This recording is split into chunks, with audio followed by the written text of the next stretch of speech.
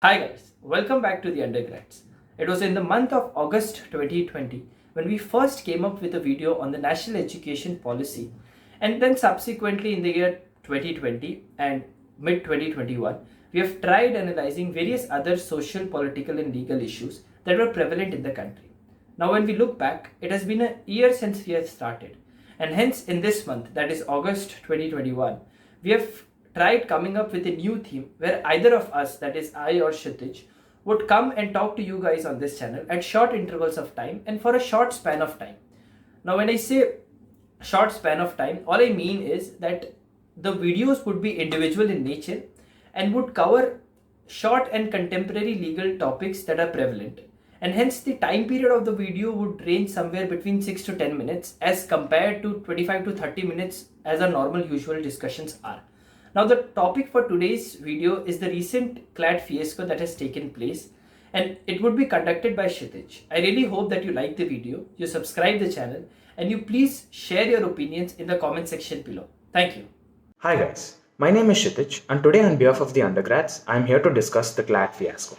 Now what is CLAT? CLAT, or the Common Law Admission Test, is an examination undertaken by all law aspirants and administered by the CLAT Consortium for admission in the postgraduate and undergraduate courses in the prestigious national law universities except for NLU Delhi.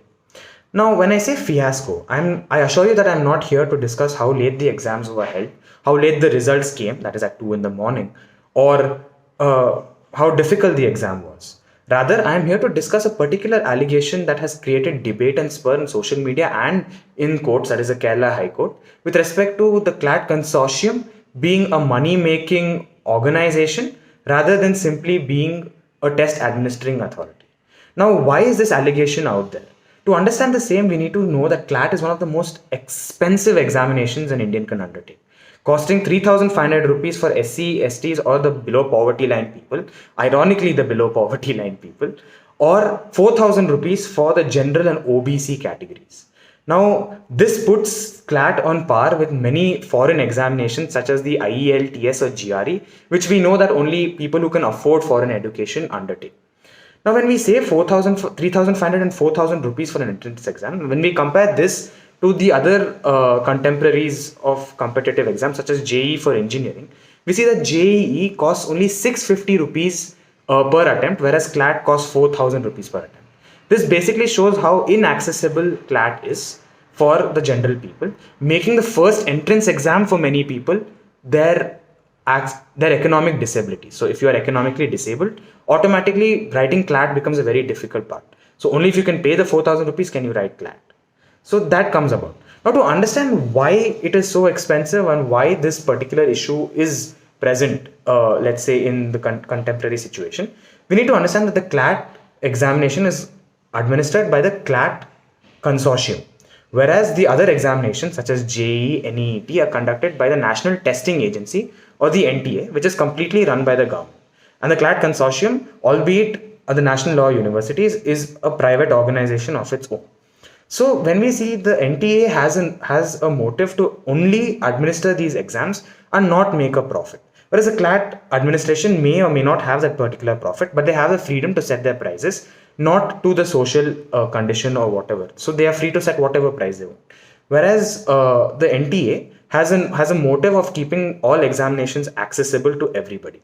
So when we see this, the CLAT consortium has taken an approach of keeping a very high rate, probably to ensure, probably for whatever reason, but this has made it very inaccessible, as we need to understand that in general situation in India, be it the middle class or lower middle class, 4,000 rupees for an examination is a very steep price to pay, and sometimes 4,000 rupees could be a monthly salary of a person living in a part of, say, rural India, which makes it very difficult, a very inaccessible exam for these people to write. So that is one part of it. Coming to the second part of it, we can see that the issue of deposit, that is a 50,000 rupee deposit of those who have cleared the CLAT entrance exam, and that has to be submitted within 3 days of admission, is also a point of contention. And this is not only a point of contention on social media, but rather it has been raised in the Kerala High Court as well, which is hearing this particular matter as of 2nd of August to 2021. Now, when this particular thing was raised, we need to understand that 50,000 rupees is a huge amount for anybody to raise within a point of within a span of 3 days. Thus, making it a very inaccessible course, leading to many individuals dropping out of the course despite getting admission on their merit simply because they cannot afford this 50,000 rupees.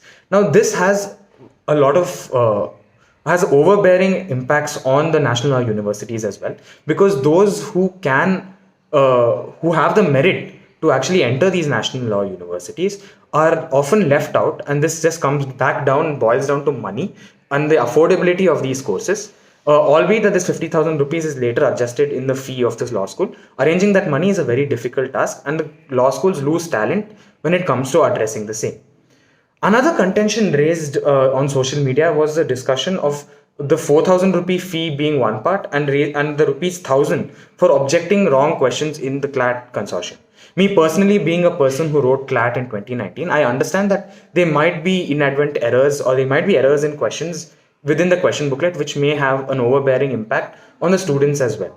However, keeping a very low rate for objecting these questions, let's say at this point it's rupees 1,000. However, if you reduce it to a cost such as rupees 50 or rupees 100, then the very point of analyzing and understanding why a question was raised is shutting out.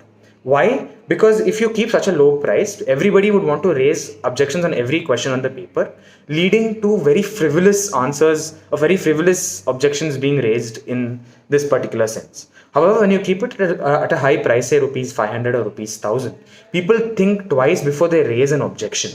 Now, why? So that reduces, one, the burden on the CLAT consortium to actually correct these questions, and two, it also reduces frivolous questions and the simple waste of money of people, because they will not be willing to spend 1.5 lakhs simply to question all the questions in the particular examination. When we talk about CLAT, finally, the MHRD also has, in its report, has expressed its disconcern about the CLAT consortium, showing that the CLAT consortium is sort of a profit-making organization because they made a 90% margin only on application fees. Further, as a suggestion, we at the undergrads believe that CLAT is an exam which should be accessible to all, and hence we suggest that it should come under the NTA, whereas the CLAT consortium should have the power to set the questions for this particular examination. Further, also talking about the deposit fee must be reconsidered by the CLAT consortium to ensure that it becomes more comfortable for everybody who aspires to write CLAT to also have a fair opportunity, and their economic disabilities should not be their hindrance. With that, thank you for watching this video. I hope you like and subscribe this video, and I urge you to do so. Thank you.